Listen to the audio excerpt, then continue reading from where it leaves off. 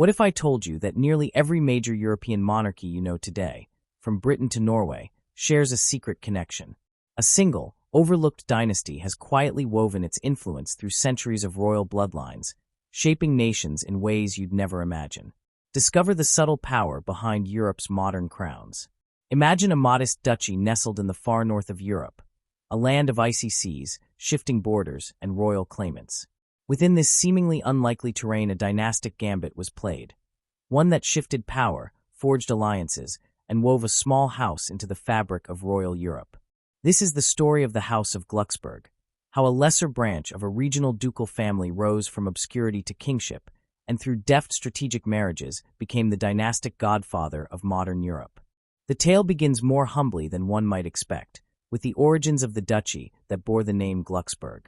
A branch of the great House of Oldenburg, the Glucksburg line started as a cadet offshoot. The older House of Oldenburg had already held the Danish throne and many northern European titles. House of Oldenburg traces back to the 15th century and beyond. In the region of Schleswig and Holstein, territories caught between Danish and German influence, the opportunities for minor nobles were limited. Yet the younger sons of dukes, the subdivided territories, and the complex inheritance laws meant even a modest branch could potentially make a big leap. Within this context, the creation of the Glucksburg estate gave its future potential. The seat of the line, Glucksburg Castle in Schleswig-Holstein, emerged from a former Cistercian monastery, later transformed into a Renaissance water castle between the years 1582 and 1587 by Duke Johann the Younger. Its motto above the entrance, "God grants happiness with peace," gave the name to the castle, and thereby to the house. In its early centuries, the house held only minor ducal rights in the fragmented territories of Schleswig and Holstein. It did not stand out among the great dynasties of Europe. But then something changed. The 19th century, in which nationalist movements, weakening monarchies, and shifting succession laws intersected, created openings for the ambitious and the fortunate. In this period, the Glucksburg line made its move. By circling around the larger branches, leveraging marriage alliances, and aligning with the right powers at the right time, they transformed from a little ducal house into a royal family supplying kings and queens. One of the pivotal figures was Christian IX of Denmark, born a prince of the Glucksburg line in 1818. He ascended to the Danish throne in 1863 after the previous king died childless. His accession marked the beginning of the modern Glucksburg monarchy in Denmark. Christian IX's reign would see his children married into other royal houses across Europe, earning him the nickname, the father-in-law of Europe. And that nickname hints at the heart of the strategy: smart marriages, broad reach, and dynastic ambition. Because the real brilliance of the Glucksburg gambit lay not only in gaining a throne, but in the network of alliances that flowed outward from that throne. Christian IX's children included a daughter who became Queen of the United Kingdom through marriage to Edward VII, a son who became King of Greece, a daughter who became Queen of Norway, and others who married into Swedish, Russian, and German royal houses. Through these unions, the small Glucksburg house spread its influence far beyond its original seat. The house leveraged the dynastic game in a way that few expected from such humble beginnings. Thus, the rise of the Glucksburg line can be seen in three phases. First, the setting of the scene in northern Europe with the cadet ducal branch, then the leap into kingship in Denmark in the 19th century, and finally, the extension of influence through marriages across Europe. These phases interlock, forming a story both of opportunity and design. It is worth returning to the origins of the branch to appreciate just how modest the starting point was. In the duchies of Schleswig and Holstein, the land was fragmented, the rights of dukes were limited, and many such branches faded into obscurity. According to one chronological account, Duke Johann the Younger of Schleswig-Holstein-Sonderburg, also known as Hans the Younger, inherited the lands of Ryd Monastery and began building Glucksburg Castle. His younger son Philip took the Glucksburg grant. Yet even after that, the line did not immediately leap to prominence. For more than a century, they remained minor dukes. The castle was their seat, but not a major power center. Over time, some branches died out, properties returned to the Danish crown, and the line faced setbacks. For example, the older Glucksburg line became extinct in 1779, after which the duchy returned to the Danish crown. But just when one might think the branch had faded, a new opportunity appeared. The 19th century brought changes. Danish royal succession became a matter of pressing concern. the Schleswig-Holstein question stirred politics, the monarchy sought stability. In that climate, the Glucksburg line was positioned to step forward.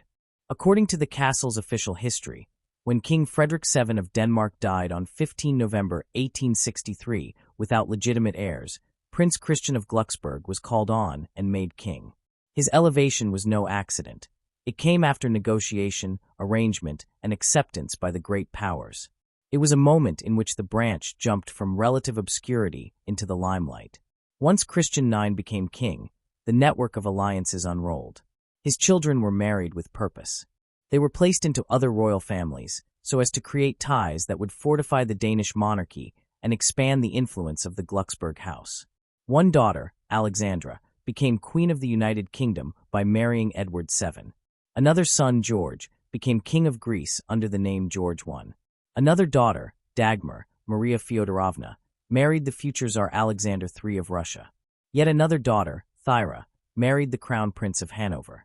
Through these connections, the Glücksburg family became a central node in European royalty. This pattern of strategic marriages had multiple benefits. First, it raised the prestige of the house. Marrying into the British, Russian, and Greek royal houses put them at the top tier of European nobility. Second, it provided safety and political capital. Alliances meant diplomatic ties, influence, and interlocking royalty. Third, it spread the bloodline.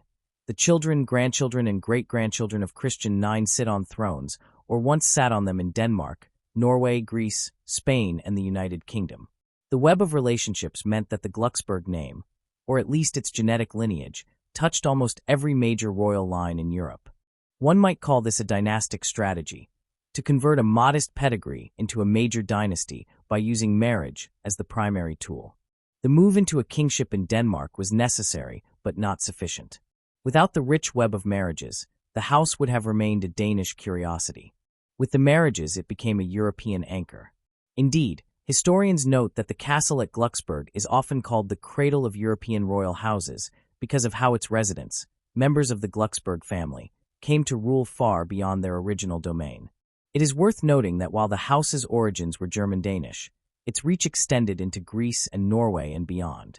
For example, when the Greek throne needed a royal to accept it, George I of Greece, a Glücksburg prince, was elected by the Greek National Assembly in 1863. And in Norway, after the dissolution of the union with Sweden in 1905, a Danish prince from the Glücksburg line, Håkon VII, was chosen king. All of which means that the rise of the Glücksburg branch is, in effect, a story of how a small house found openings in times of upheaval and used marriages elegantly to turn those openings into actual power. At this point, the narrative of the gambit becomes clear. Gambit in the sense of a calculated sacrifice or strategic move. The Glücksburg branch may have given up larger ambitions in local territory, but by playing the marriage game at a Europe-wide level, they achieved far more than their ducal peers. In other words, they exchanged local prominence in favor of trans-European dynastic ties. That is what makes the story compelling. The lineage that once controlled only a small territory now controlled blood connections across the continent. The rise was not simply due to chance, but due to positioning, timing, and the willingness to exploit alliances. One of the often overlooked features of this story is how it reflects the transformations of 19th century Europe. The old order of multiple tiny duchies and principalities was giving way to national states, constitutional monarchies, and dynastic politics becoming a little more modern. The Schleswig-Holstein region itself was a hotspot of tension between Denmark and the German states. So the fact that the Glücksburg line came from there means their rise is intertwined with political shifts. The war between Denmark and Prussia in 1864 over Schleswig-Holstein, the changing nature of monarchy, and the need for dynastic stability created the circumstances in which a branch like Glücksburg could move upward. In that war, the Danish king, a Glucksberg, lost the Duchy of Schleswig as war spoils, yet his house survived and strengthened via marriage ties. Thus, the rise of the house is both a story of opportunity, seized in a declining ducal order, and one of adaptation to newer forms of monarchy and diplomacy. Once established, the Glücksburg marriages created a network of related monarchs, such that even today many European royals trace lineage to Christian IX's children, and thus to the Glücksburg line. In that sense, the grandparents of Europe label sometimes applied to Christian IX and his Queen Louise is apt. They are the progenitors of multiple modern royal houses. Their descendants are found in Norway, Denmark, the United Kingdom, and Greece. Through marriage ties, they are connected to Spain and Sweden, and in Russia there were connections through the daughter, who became empress. The combination of kingship plus marriage strategy gave the house far more significance than its modest ducal origin suggested. The story also includes cautionary elements. The Glucksburg line, while successful, operated in an era when monarchy was becoming less secure. The great wars of the 20th century, the fall of monarchies, republican movements all threatened dynasties. The marriages that once secured influence could not always protect thrones. But for their time, the Glucksburgs achieved what few cadet houses did. They became central players, not peripheral ones. When we reflect on why this story matters, several points come to light. First, it shows how dynastic power could be built, not always by conquest or massive land holdings, but by alliances and marriage networks. Second, it illustrates how smaller houses could leap into prominence in times of change if they were flexible and well-connected. Third, it emphasizes that European royalty is interconnected, not just by accidents of lineage, but by deliberate strategy. The Glucksburg story provides a case study of how a minor branch used timing to their advantage. To look a little more closely, Christian IX and his Queen Louise of Hesse-Kassel had 6 children who made advantageous marriages. Alexandra to Edward VII, George to become King of Greece, Dagmar to marry Alexander III of Russia, becoming Empress Maria Fyodorovna, Thyra to marry the heir to Hanover, and their eldest son Frederick became Crown Prince of Denmark but died young. Many of the grandchildren of Christian IX were on thrones. Through Alexandra, the British royal family inherited this bloodline. Through George we have Greece. Through their daughter, who married the future Russian Tsar, we have connection to Russia. And through another branch we have Norway. Thus the blue line of Glucksburg spread like a web across Europe. In Denmark, the Glucksburg line remains in place today. The current Danish monarch traces his patrilineal descent to the house. The same applies to the Norwegian line that descended from the Danish one. So the gamble paid off. A once small ducal family is today the ancestor of multiple European thrones. It is worth reflecting on the strategic marriages themselves as a separate lens. We often think of royal marriages as matters of romance or obligation or simply exchange of kingdoms. But in the Glucksburg case, they were clearly part of a broader strategy. Each marriage extended influence, connected to powerful monarchies, and increased prestige. The house did not remain insular, it reached out. And by the end of the 19th century, the Glucksburgs had embedded themselves in the social fabric of royalty across Europe. One might say that the House of Glücksburg succeeded because they mastered 3 variables: timing, marriage, and opportunity. Timing in that they rose at the moment when succession crises and dynastic shuffle were possible.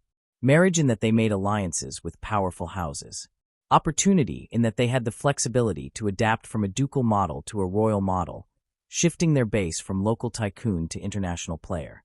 In summary, the Glucksburg Gambit was the decision to play the dynastic game not just within a regional context, but across Europe. The conflict, the chances, the succession issues all provided openings. The house exploited them. They transformed a ducal seat in northern Germany into the root of multiple royal lines. Thus, from its obscurity in a small duchy in Schleswig-Holstein to the thrones of Denmark, Norway, Greece, and beyond, the Glucksburg story is one of strategic vision, marital alliances, and dynastic expansion. It is a reminder that in the world of royalty, power is not just about armies and land, but about lineage, marriage, and networks of influence. In the end, the House of Glücksburg became more than a footnote. They became central to the map of European royalty. From the success of their first major step onto the Danish throne, the Glucksburg family began to weave a web that would stretch far across Europe. Their rise was not just about one man becoming a king. It was about transforming that position into a base of influence, ensuring that their bloodline flowed through as many royal veins as possible. The Glucksburgs understood that thrones could be lost through war or politics, but a family deeply interlinked with other ruling dynasties could never truly fall. What began as a local victory in Denmark became a continental phenomenon, a spread of crowns that reshaped royal Europe for generations. Denmark became the cornerstone of this growing network. When Christian IX took the Danish throne, his position was fragile. Denmark had recently suffered losses, its national confidence was low, and its monarchy needed both legitimacy and strength. By carefully aligning his children through marriages that spanned Europe, Christian turned a modest and vulnerable kingship into a dynasty recognized across the continent. His reign gave the Glucksburg name not only political power, but also dynastic prestige. The first step beyond Denmark came with Greece.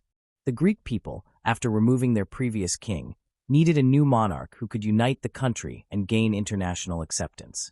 In this moment, the Glucksburg family again demonstrated remarkable timing. Christian IX's second son, Prince William, was chosen by the Greek National Assembly to become King George I of Greece. His youth, education, and European connections made him an ideal candidate. His election was supported by the major European powers, including Britain, Russia, and France, who all sought stability in the region. For Denmark, this meant that a son of the Danish king now ruled a Mediterranean kingdom. For the Glucksburgs, it marked a turning point, the moment when their influence became global rather than local. King George I's reign in Greece solidified the Glucksburg presence in southern Europe.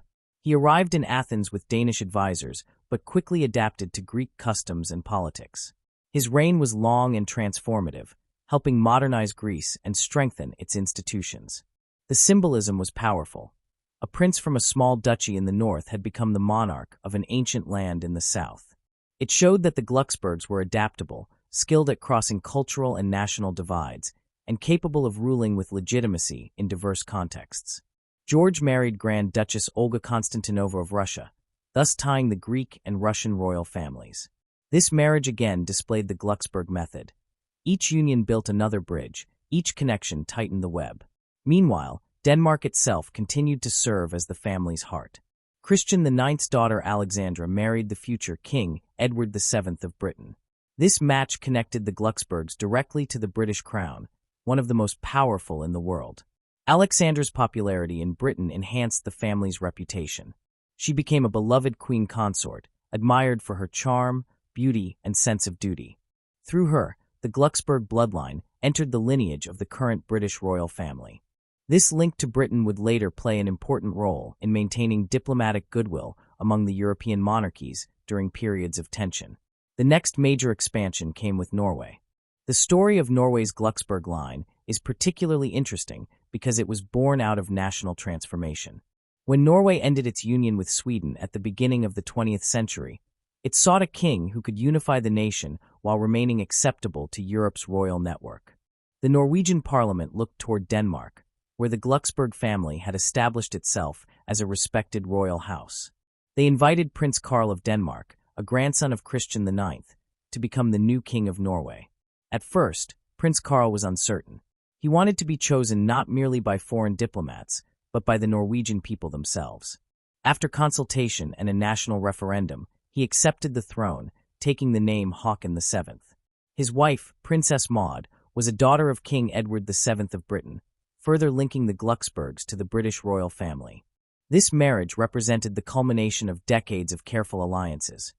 A Danish prince, married to a British princess, became the first king of an independent Norway in centuries. King Håkon VII's reign began a new chapter for the Glücksburg dynasty. It demonstrated that the family was no longer confined to one region or culture. They could represent continuity and stability in very different political environments. The Norwegian people embraced him as a symbol of unity and independence. During the World Wars, his leadership became legendary, particularly his refusal to surrender during the German invasion of Norway.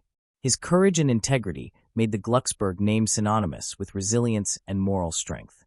By this point, the Glucksburgs ruled in Denmark, Greece, and Norway, and their bloodline reached into Britain and Russia. They had managed to create a network of monarchs that spanned the continent. Each crown reinforced the other. The fortunes of one branch could support or inspire the rest. The Glucksburgs were no longer minor dukes. They were the backbone of European royalty.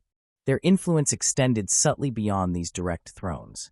Through Alexandra, the Glucksburgs were connected to the British royal family. Her son became King George V, and through him, the British monarchy inherited a link to the Glucksburg bloodline. Her descendants include the current British royal family. Thus, even though the house ruling Britain bears the name Windsor, its ancestry intertwines with the Danish Glucksburg line.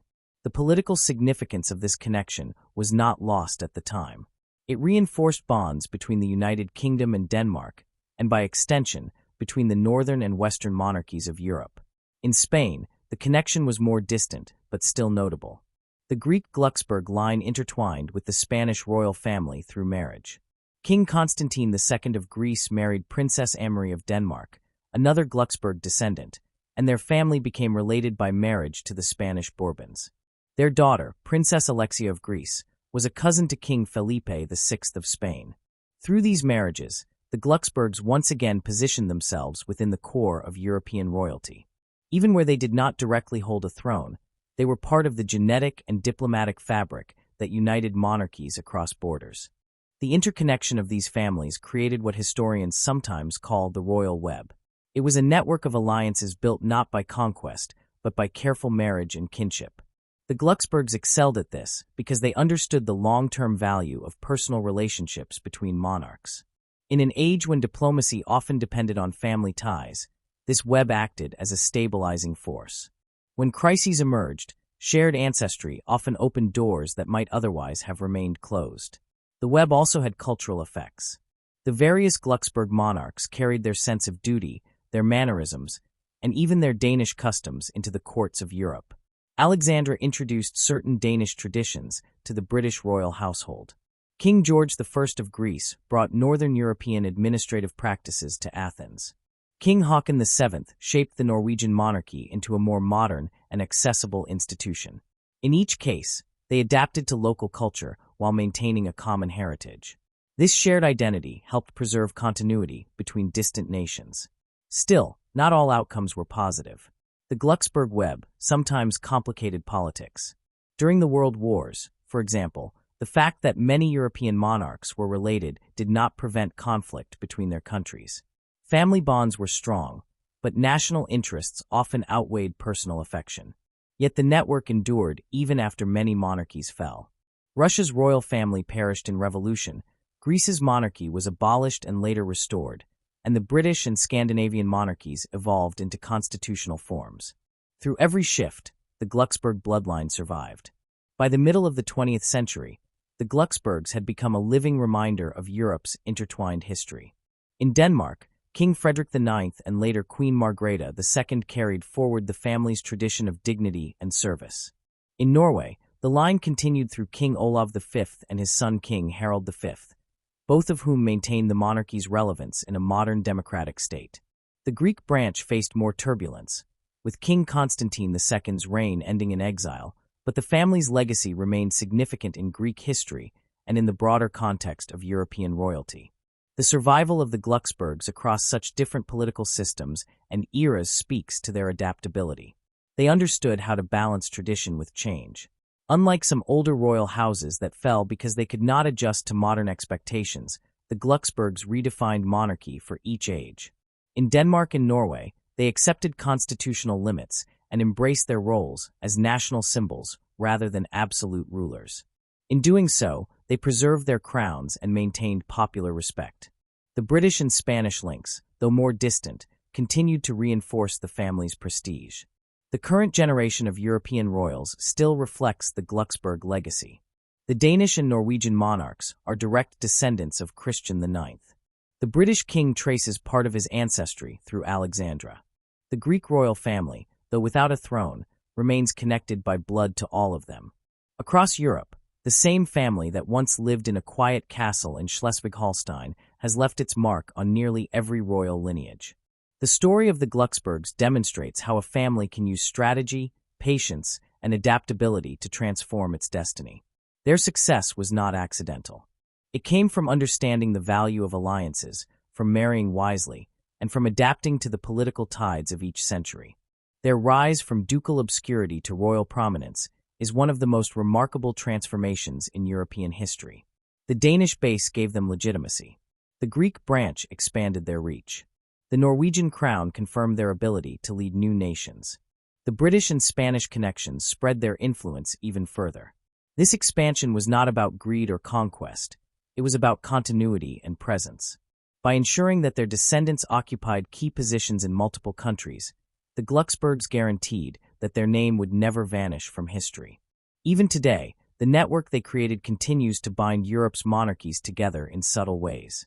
The kings and queens of Denmark, Norway, and Spain, along with the British royal family, share kinship ties that trace back to the Glucksburg marriage alliances of the 19th century. These links have symbolic importance in a continent that values unity despite its diversity. They remind modern Europeans that their histories and destinies are interwoven. The Glucksburgs' ability to maintain relevance across centuries can also be seen in their personal approach to monarchy. They rarely sought confrontation. They valued service and stability. Their reigns were marked more by quiet diligence than by grandeur or drama. This humility, combined with a deep sense of duty, helped them survive where other dynasties collapsed. In Denmark and Norway, their monarchs became symbols of national unity and continuity, admired not for power but for constancy. As we trace the arc of their story, it becomes clear that the Glucksburg Gambit, this calculated rise from a small duchy to multiple thrones, was one of the most effective dynastic strategies in modern history.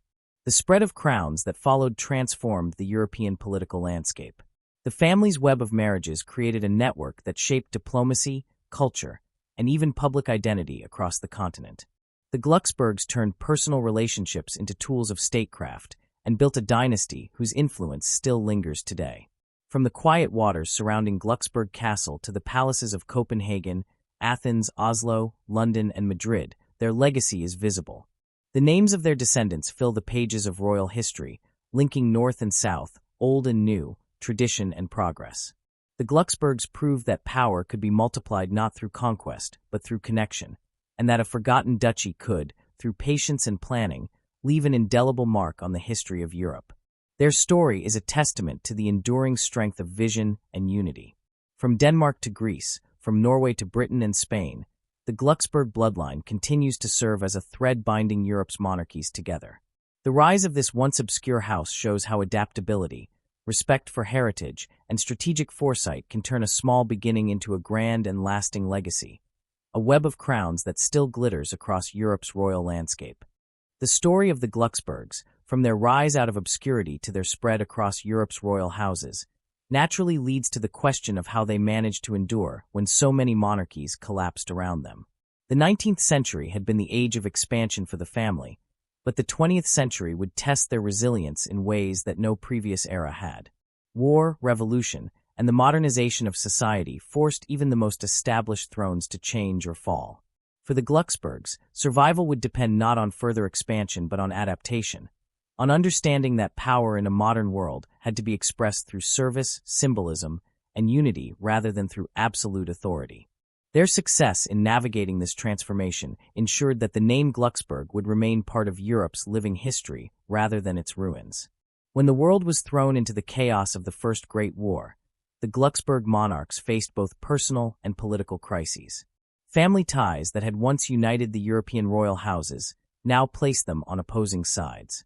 Christian IX's descendants sat on the thrones of countries that went to war with one another. Britain, Russia, Denmark, Norway, and Greece each had connections to the Glucksburg family, but loyalty to their nations came before any shared ancestry. The British king, George V, was a grandson of Christian IX through his mother, Alexandra. His cousin, Tsar Nicholas II of Russia, was also a Glucksburg descendant through Christian's daughter Dagmar, known as Empress Maria Feodorovna. Their familial resemblance was striking, but when the war began, their shared lineage could not prevent conflict between Britain and Germany, nor could it protect Russia's monarchy from the storm that followed. In Denmark, King Christian X ruled during this period and faced the challenge of maintaining neutrality while Europe descended into war. The Danish monarchy had to walk a fine line between preserving the country's independence and maintaining relationships with both sides of the conflict. Christian X succeeded largely through restraint. He avoided overt political involvement, focusing instead on representing national unity. His symbolic daily rides through Copenhagen during the war years became a quiet act of reassurance for the Danish people.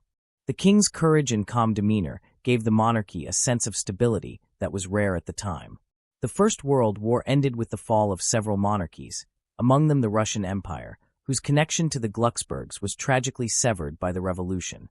Empress Maria Feodorovna, born Princess Dagmar of Denmark, lost her son, Tsar Nicholas II, and his entire family during the Bolshevik uprising. Her heartbreak mirrored the collapse of the old order in Europe. Yet her Danish relatives provided her refuge, and she spent her final years in her homeland, surrounded by reminders of the dynasty that had endured.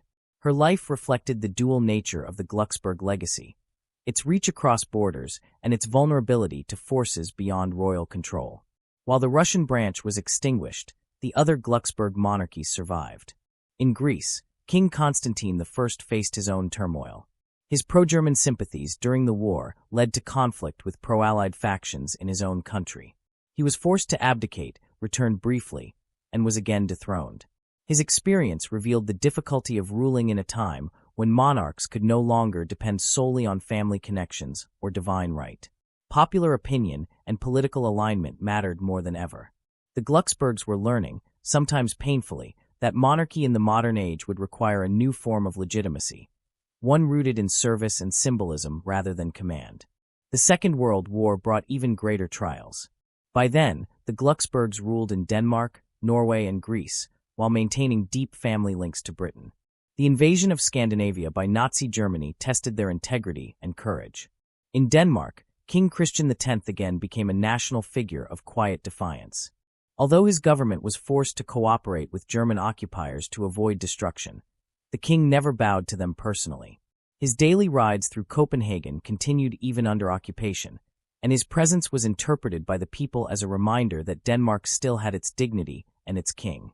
According to popular stories, when German authorities tried to interfere with Danish symbols such as the national flag, the king's silent defiance became a rallying point for resistance. In Norway, the situation was even more dramatic. King Haakon VII faced a direct invasion and was pressured to recognize a collaborationist government led by Vidkun Quisling. The king refused, insisting that he could not act against the will of his people. When the German forces occupied Oslo, Haakon and his government fled into exile in Britain. From there, he became a symbol of national resistance, addressing the Norwegian people through radio broadcasts and maintaining their hope through the darkest years of the war. His steadfastness, calm authority, and personal bravery transformed him into a beloved figure not only in Norway but across Europe. When he returned after the liberation, he was greeted by massive crowds who saw him not just as a monarch but as a symbol of survival and independence. The Greek Glucksbergs faced another complex situation. King George II, ruling during the interwar and wartime years, was forced into exile when Greece fell under Axis control. After the war, the monarchy was briefly restored, but it would continue to face instability for decades. The repeated cycles of exile, restoration, and political upheaval in Greece reflected the difficult environment in which Southern European monarchies had to operate. The Glucksburg family members who ruled there tried to maintain their role, but shifting governments and public sentiment made continuity difficult. Yet even in Greece, their legacy endured. The Greek royal family's connections to Denmark, Britain, and Spain kept them relevant long after they lost political power. After the wars ended, the world had changed irreversibly. Monarchs could no longer act as political rulers in the traditional sense. The old symbols of divine right and aristocratic privilege had lost their authority. The Glucksbergs recognized this more clearly than most and adapted accordingly. They transformed their monarchies into institutions based on constitutional responsibility and public service. Instead of ruling, they began to represent the unity of their nations. In Denmark, King Frederick IX, who succeeded Christian X, embraced this new model of monarchy. He was a warm, approachable man who understood that a king in the modern age had to be seen as part of the people, not apart from them. His love of sailing, music, and everyday life made him immensely popular. Under his reign, the Danish royal family opened itself to the public in new ways. He presided over a constitutional government, but his personal presence gave the monarchy a renewed sense of connection to the citizens.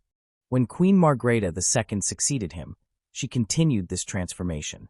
Highly educated, artistic, and thoughtful, she represented a modern monarch for a modern Denmark.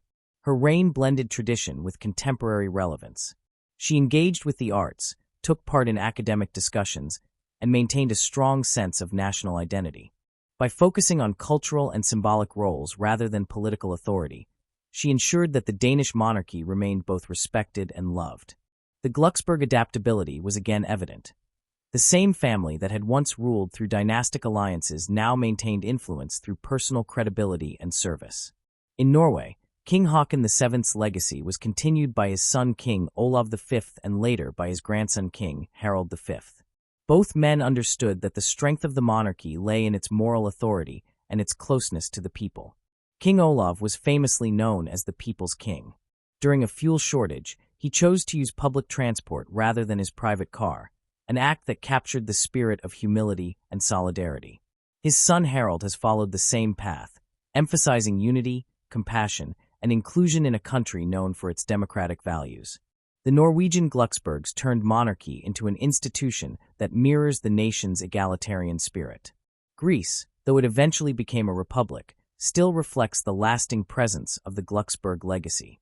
King Constantine II, a descendant of the original Greek Glucksburg line, faced turbulent times marked by political instability and a military coup.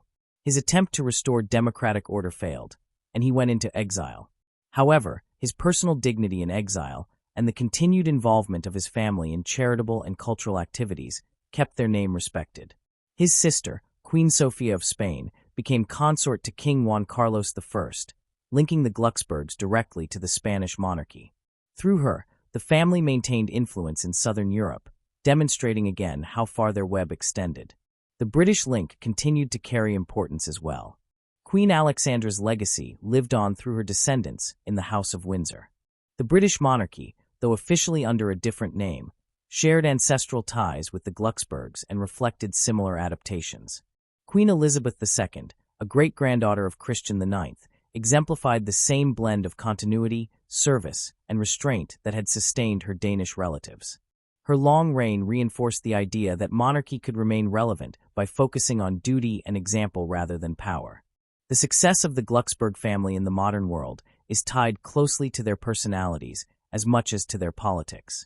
They understood that in the 20th and 21st centuries, the survival of monarchy depended on personal credibility. Charisma, dignity, and a sense of moral integrity mattered more than lineage alone. Figures like King Haakon VII, King Christian X, King Olav V, and Queen Margrethe II exemplified this shift. They were not distant rulers but relatable figures, respected because they seemed to embody national character rather than stand above it. Their popularity often came from small gestures that carried great symbolic weight. King Christian X's horseback rides during the occupation, King Haakon's steadfast defiance in exile, King Olav's humility in public life, and Queen Margrethe's intellectual openness each told their people that monarchy could still have meaning in a democratic age. These gestures created emotional bonds that political rhetoric could not. The Glücksburgs showed that the heart of monarchy in modern times lies not in command but in connection. Adaptation also meant modernization. The Glücksburg monarchs learned to navigate media, public appearances, and changing social expectations. They moved from secluded palaces to televised addresses, from formal court life to approachable family images. They embraced national celebrations, charitable work, and cultural sponsorships. In doing so, they redefined what it meant to be royal. Their transformation became a model for other European monarchies struggling to find their place in a world increasingly skeptical of hereditary privilege. By the turn of the century, the Glücksburgs stood as one of the few dynasties to have successfully transitioned from Old World royalty to modern constitutional monarchy. Their influence was not measured in political control, but in continuity and symbolism. The Danish and Norwegian crowns remained stable and beloved, while their connections to the British and Spanish families ensured that the Glücksburg legacy continued to shape Europe's royal landscape. Their ability to maintain influence across so many generations reveals an enduring truth about their rise: that survival requires change. The Glücksburgs never clung blindly to the past. When revolutions swept across Europe, when wars shattered empires, when democracy replaced monarchy in many nations, they did not resist the tide. They adapted. They found new ways to serve, to represent, and to inspire. Their crowns became lighter, but their meaning grew stronger. Even now, the descendants of Christian IX continue to play roles that blend tradition with modern relevance. They attend global events, support humanitarian causes, and act as living symbols of continuity in an ever-changing world. Their influence endures not because they command armies or dictate laws, but because they represent something older and quieter: the idea that heritage, when carried with humility and adaptability, can still have a place in the modern age. From the upheavals of war to the pressures of modern life, the Glucksburgs have shown remarkable resilience. They have turned monarchy into a mirror reflecting national identity rather than personal privilege. Through all the changes of the past century, they have remained steady figures of continuity, their names tied to duty rather than dominance. In this way, the family that once rose from a forgotten duchy has proven that the true strength of monarchy lies not in grandeur or power, but in service, endurance, and the ability to change without losing one's essence. Their story, stretching from the misty waters of Schleswig-Holstein to the capitals of Europe, reveals how history's currents can carry a family from obscurity to prominence and from prominence to moral authority. The Glucksburgs have faced revolutions, wars, and modernization with the same quiet determination that marked their beginnings. They remain an enduring thread in the fabric of European royalty, their crowns shining not because of conquest or wealth, but because of the grace with which they have adapted to every age. The story of the Glucksburgs, traced through centuries of transformation, from the small duchy of Schleswig-Holstein to the grand stages of European monarchy, now leads to the present age. Having weathered the storms of war, revolution, and social change, the family has become something far more profound than a relic of the past. They are a living example of how monarchy can evolve, survive, and even thrive in a world that has long outgrown the divine rights of kings. The influence of the Glucksburgs today lies less in the visible symbols of crowns and more in the invisible threads that connect nations, histories, and people across Europe. The modern era has turned monarchy into a paradox, an ancient institution functioning within democratic societies, stripped of political power but still holding moral and cultural authority. The Glucksburgs have been central to shaping this balance. Their monarchs in Denmark and Norway represent models of constitutional monarchy that have become benchmarks of stability. These systems rely not on dominance but on cooperation, not on command but on the ability to embody unity. The success of these monarchies in maintaining national harmony has often been attributed to the way the Glucksburg family redefined the royal role. In Denmark, the monarchy serves as a quiet symbol of continuity. Queen Margrethe II, the current head of state, represents this balance perfectly.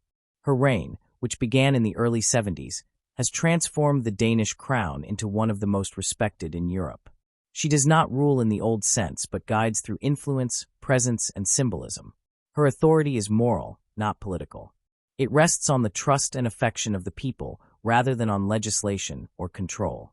Under her, Denmark's monarchy has adapted to a society that values transparency, equality, and public service. She attends state functions, supports charities, and represents the nation abroad, all while maintaining an image of dignity and thoughtfulness. What makes her leadership distinct is her intellectual depth and creative spirit. Fluent in multiple languages, a skilled painter, translator, and historian, she brings cultural weight to the institution. The Danish people see her as one of them, a monarch who works, thinks, and serves rather than commands. Her reign has set a standard for constitutional monarchy across Europe. In a sense, she has completed the long evolution that began when the Glucksburgs rose from a ducal branch to royal prominence. They no longer need to assert power. They represent the quiet strength of tradition and unity in a democratic world. Norway offers another example of the Glucksburg model at its finest. The Norwegian monarchy, established under King Haakon VII after the nation's independence, has become a cornerstone of national identity. His descendants, King Olav V and King Harald V, have each maintained that legacy with grace. Their leadership has been deeply personal, marked by compassion and humility.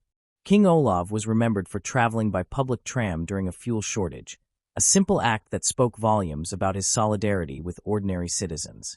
King Harald has followed this same path, emphasizing inclusion, tolerance, and unity in his public addresses. The Norwegian monarchy stands as one of the most trusted institutions in the country. It has achieved this status not through grandeur or political authority, but through sincerity. The Glucksburg bloodline, in this context, represents the idea that royalty must serve by example, that it must evolve from power to presence. The Norwegian model has influenced other monarchies, demonstrating how a royal family can remain relevant and loved even in the most egalitarian societies. Together, the Danish and Norwegian monarchies have become living testaments to the success of constitutional monarchy in the modern age. They are not anachronisms. They are reminders that tradition, when paired with humility and adaptation, can strengthen rather than weaken democracy. The Glucksbergs' contribution lies in showing that monarchies can remain useful when they embody the shared values of their people. Their crowns are symbols of unity, continuity, and culture, not instruments of rule. The influence of the Glucksbergs, however, extends beyond the borders of the nations they govern. The cross-border royal ties that define Europe today owe much to the web of marriages and kinship that this family began weaving in the 19th century. These ties, though often invisible, still shape diplomatic relationships and personal bonds among royal families across the continent. The Glucksbergs, by virtue of their lineage, remain at the heart of this network. The descendants of Christian IX and his wife Queen Louise can be found in nearly every royal house of Europe. Their bloodline flows through the reigning families of Denmark, Norway, and Spain, and connects directly to the British royal family. The Queen of Spain, Sophia, is a member of the Greek Glucksburg branch and the sister of King Constantine II of Greece. Through her marriage to King Juan Carlos I, she linked the southern European monarchy to its northern counterparts. Their son, King Felipe VI, thus represents the continuation of a network that began when the Glucksbergs rose from obscurity. This connection is not merely symbolic. It creates personal relationships that often soften the edges of international diplomacy. In Britain, the Glucksburg link remains present, even if it is less visible. Through Queen Alexandra, who married King Edward VII, the Danish lineage became intertwined with the British royal family. The current monarch, King Charles III, is among the many modern royals who share ancestry with the Glucksbergs. These genealogical ties form a web of kinship that reaches beyond politics. Royal families across Europe still meet for family events, anniversaries, and state ceremonies where these connections, though not officially political, foster a sense of continuity and shared identity. The importance of these cross-border ties lies in their quiet diplomacy. In an age where formal political alliances shift rapidly, the personal relationships among monarchs can provide a constant thread of goodwill. They embody a European ideal of unity through shared history and culture. While elected governments come and go, royal families endure, carrying with them the memory of centuries of coexistence. The Glucksbergs have been particularly effective at maintaining this balance between national identity and international kinship. Their family members often serve as informal ambassadors of goodwill, representing the enduring relationships among European nations. This sense of interconnectedness is not only historical but emotional. The public fascination with European royals often centers on this idea of shared heritage that transcends borders. The weddings, jubilees, and anniversaries that bring together monarchs from different nations remind people that Europe's royal families, despite political divisions, share a common story. The Glucksburgs, as one of the most widely connected dynasties, embody this shared heritage. Their enduring allure also lies in their humanity. Unlike some royal families that have become distant or purely ceremonial, the Glucksburg monarchs have remained relatable. They have cultivated an image of sincerity, modesty, and service.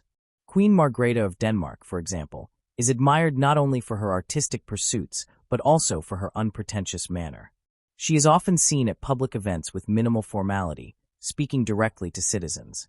Similarly, King Harald of Norway and Queen Sonja are known for their warmth and for addressing social issues such as inclusion and equality with authenticity. These qualities make them not just figures of heritage, but of relevance. The fascination with the Glucksbergs also stems from the contrast between their humble origins and their vast influence. The knowledge that a family once confined to a small northern duchy now provides monarchs to multiple European nations carries an almost mythic resonance. It is a modern fairy tale of history, a story of resilience, strategy, and adaptability that continues to unfold. For many, the Glucksbergs represent the possibility of renewal within tradition, a demonstration that even ancient institutions can evolve gracefully. Another reason for their continuing appeal lies in the sense of stability they project. In a world often defined by political volatility, economic uncertainty, and cultural shifts, monarchies like those of Denmark and Norway serve as steady symbols. Their presence reminds people of continuity amid change. The Glucksburg monarchs have mastered the art of being both ancient and modern. They maintain ceremonies and symbols that link the present to the past, while embracing technology, media, and open communication that make them accessible to today's citizens. Their influence is also cultural. The Danish royal family's support for the arts, education, and environmental causes has had tangible effects on Danish society. Queen Margrethe's own artistic work, from illustrations to costume designs, has brought a sense of creativity to the monarchy. In Norway, the royal family has emphasized sports, outdoor life, and social inclusion, reflecting the nation's values. Through these initiatives, the Glucksburg monarchs have kept their relevance not as rulers but as role models. The interconnectedness of European royalty, rooted so deeply in the Glucksburg lineage, continues to shape public imagination. Every royal event, a coronation, a wedding, a state visit, reinforces the threads of history that bind these families. The public may see them as distant figures, yet they serve as reminders of Europe's shared past. When monarchs from different nations gather, they stand not just as representatives of separate countries, but as members of one extended family. This is perhaps the most enduring legacy of the Glucksburgs. The idea that the royal institution, when freed from its old hierarchies, can become a bridge between nations rather than a wall. As Europe continues to redefine its identity in the 21st century, the Glucksburgs remain part of that process. Their monarchies, though ceremonial, help express national character while embodying shared European values of democracy, unity, and cultural pride. Their ability to adapt without losing tradition has made them models for how heritage can coexist with progress. They remind modern societies that history does not need to be discarded to make way for change. It can be reinterpreted and renewed. In the larger picture of European history, the Glucksburgs have achieved what few dynasties have: endurance without stagnation. From the castle at Glucksburg to the royal palaces of Copenhagen and Oslo, from the Mediterranean ties of Greece to the connections with London and Madrid, their legacy is woven into the continent's cultural fabric. They have shown that monarchy, at its best, is not a form of rule but a form of representation, an embodiment of shared memory, continuity, and identity. Their story also speaks to the enduring human fascination with lineage, identity, and continuity. Even in a rational age, people are drawn to symbols that link the present with the past. The Glucksburgs, through their history, represent this connection. They remind people that history is not just written in books, but lived through families, traditions, and stories passed from one generation to the next. Their quiet resilience, their ability to adapt, and their sense of duty resonate with modern audiences who seek authenticity in a rapidly changing world. The continued respect and admiration they receive show that the monarchy, far from being a mere vestige of the past, can still serve a meaningful role. In Denmark and Norway, public approval of the monarchy remains high because the people see their royals as part of their national identity, not apart from it. The Glucksburgs have succeeded in aligning monarchy with modern citizenship. They no longer stand above the people, they stand among them. Through wars, revolutions, and modern transformations, the Glucksburgs have woven themselves into the fabric of European life. Their legacy is not confined to history books or palace walls. It is visible in the institutions, values, and traditions they have helped shape.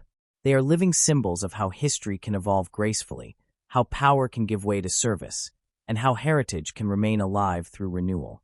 Today, the invisible threads that connect Europe's monarchies all trace, in some way, back to that once-forgotten duchy in Northern Europe. Those threads are not only genealogical, they are emotional and cultural. They bind nations that share little in politics, but much in history. The Glucksburgs' quiet influence continues to remind Europe of its shared past, its enduring ties, and the potential for unity even in diversity.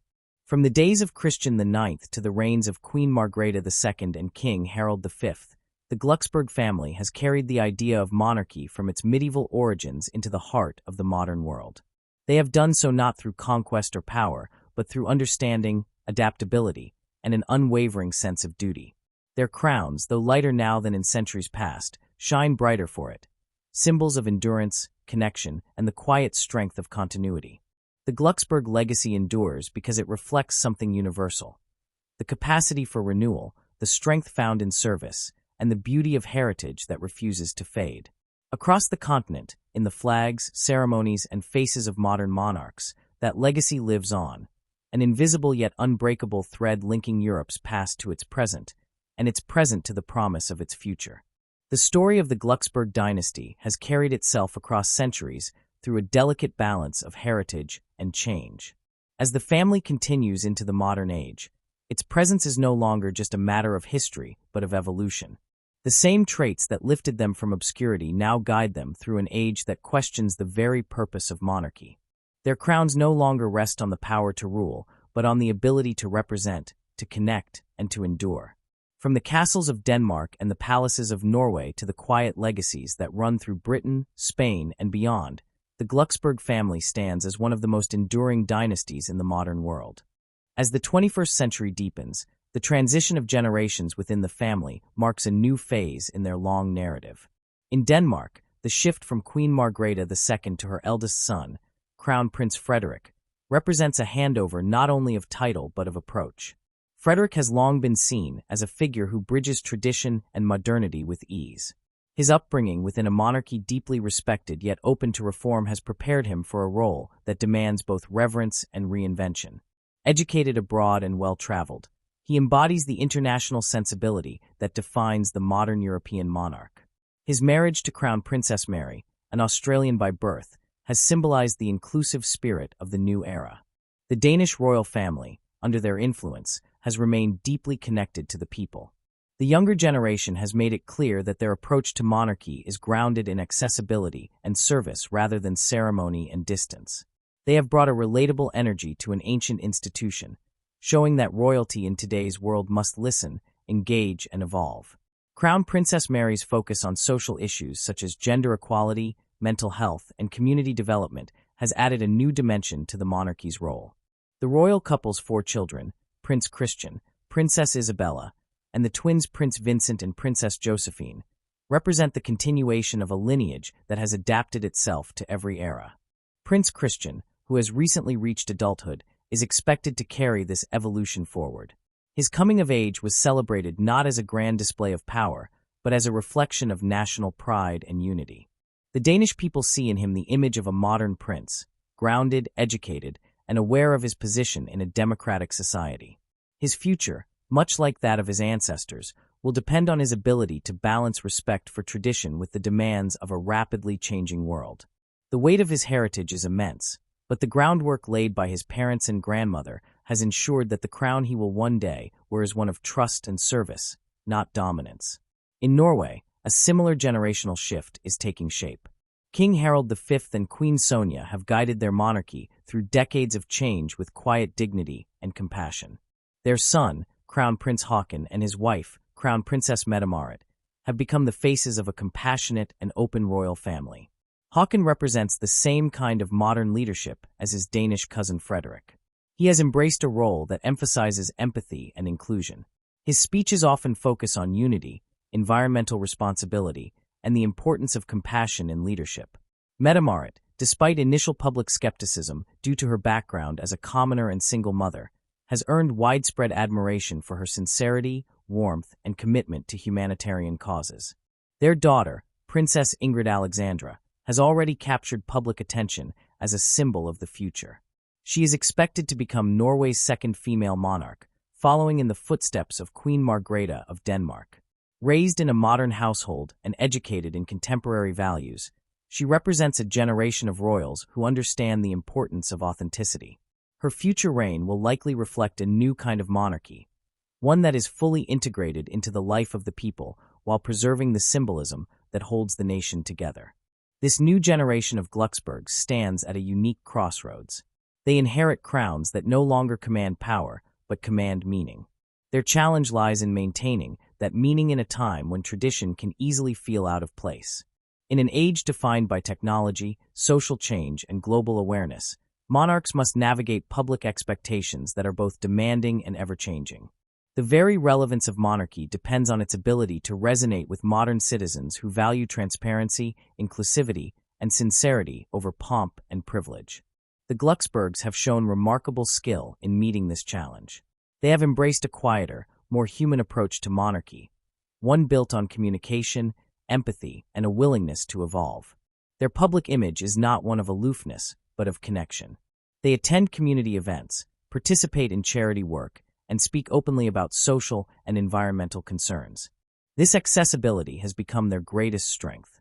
It has allowed them to remain respected in countries where political power rests firmly in the hands of elected governments. The year 2025 represents an age when monarchy is as much about cultural identity as it is about history. For the Glucksburgs, this means adapting continuously while holding on to the essence of their role.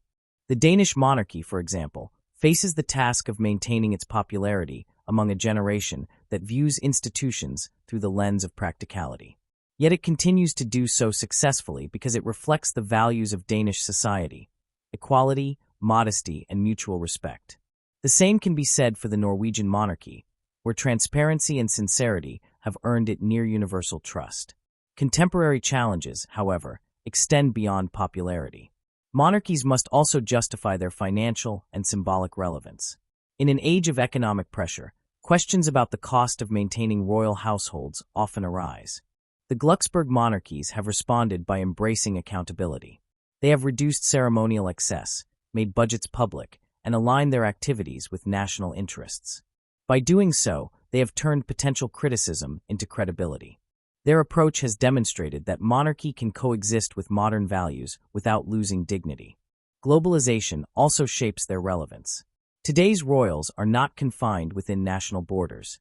They represent their nations on an international stage. The Glücksburgs have managed this transition seamlessly. Their involvement in global causes, from climate awareness to humanitarian aid, has given them a voice beyond their nations. Crown Prince Haakon's advocacy for environmental sustainability and youth engagement through the United Nations reflects this broader mission. Likewise, Crown Princess Mary's international work in promoting gender equality has brought the Danish royal family recognition beyond Europe. These roles reinforce the idea that monarchy can serve as a unifying force in a divided world, not through authority, but through example. Another defining feature of their continued relevance lies in their ability to embody stability. In times of social and political tension, monarchs often become the steady presence that nations look to for reassurance. The Glücksburgs, with their long tradition of service and restraint, have excelled in this role. When crises arise, whether political conflicts, natural disasters, or moments of national grief, their words and actions provide comfort and unity. Their legitimacy rests not in power but in trust, and trust, once earned, becomes the strongest foundation of all. The idea of monarchy has survived in Europe because it has adapted from being a system of control to being a system of representation. The Glücksburgs have played a vital part in proving that this transformation works. They have demonstrated that the crown can symbolize not hierarchy but continuity, not privilege but duty. Their future depends on continuing to live by these principles. A lasting dynasty like theirs endures because it understands that the meaning of monarchy is not fixed. It changes with time, reflecting the evolution of society itself. The Glücksburgs' longevity is not a matter of chance, but of conscious adaptation. Each generation has faced its own set of trials, wars, revolutions, modern reforms, and each has responded with resilience and wisdom. They have never clung blindly to tradition, but neither have they abandoned it. They have found a way to let it breathe. The unexpected longevity of the Glücksburg family is also rooted in its unity. Despite branches spread across nations, there is a strong sense of shared heritage among them. Their connections across Europe remind the world that monarchy, though national in function, remains international in spirit. Family gatherings, royal weddings, and anniversaries bring together kings, queens, princes, and princesses who share not only bloodlines but a collective sense of responsibility toward the institution they represent. Their relationships continue to act as quiet bridges between nations, reinforcing cultural ties in ways that politics often cannot. Their endurance also stems from their deep understanding of symbolism. Monarchs may not govern, but they personify the continuity of the state. They are the living link between the past and the present, a reminder that nations, like families, have histories worth preserving. The Glücksburgs have embraced this symbolic role with a humility that keeps it meaningful. Their presence at national celebrations, their participation in public mourning, and their engagement with everyday citizens all reinforce the monarchy's place as a reflection of the people's identity. As Europe continues to change, politically, economically, and socially, the Glücksburg story remains one of remarkable adaptability. They have managed to evolve without losing their essence. In a world that prizes authenticity, their endurance lies in their ability to remain real. They do not pretend to be rulers. They strive to be servants of continuity. Their appeal is quiet but strong, grounded not in glamour but in grace. Looking to the future, the survival of the Glücksburg line seems assured not because of blood alone, but because of the values it represents. The new generation, Christian of Denmark, Ingrid Alexandra of Norway, and others yet to rise, carry within them both the history and the hope of this dynasty. Their challenge will be to keep the institution meaningful in an era where tradition often competes with change. They will need to find ways to express the monarchy's purpose in language that resonates with modern citizens. If they succeed, it will not be through asserting importance, but through embodying it naturally, as their forebears did. The idea of monarchy in the future may look very different from what it once was, but as long as the Glucksburgs continue to live by the principle of service, it will endure. Their crowns will not glitter with power, but with purpose. Their history has shown that even a family born from near obscurity can shape nations, influence cultures, and remain relevant for generations. The same blend of humility, adaptability, and dignity that once lifted them to thrones continues to sustain them today. The endurance of their dynasty is not simply a matter of heritage. It is a lesson in human resilience. It shows how institutions can survive not by resisting change, but by embracing it wisely. The Glucksburgs have never defined their legacy by conquest or wealth, but by the ability to remain constant amid transformation. They have turned monarchy into something modern people can still believe in, a living connection to history that serves, listens, and evolves. As Europe steps further into an uncertain future, the crowns that rest upon the Glucksburg heads will carry with them centuries of history, yet shine with a new light.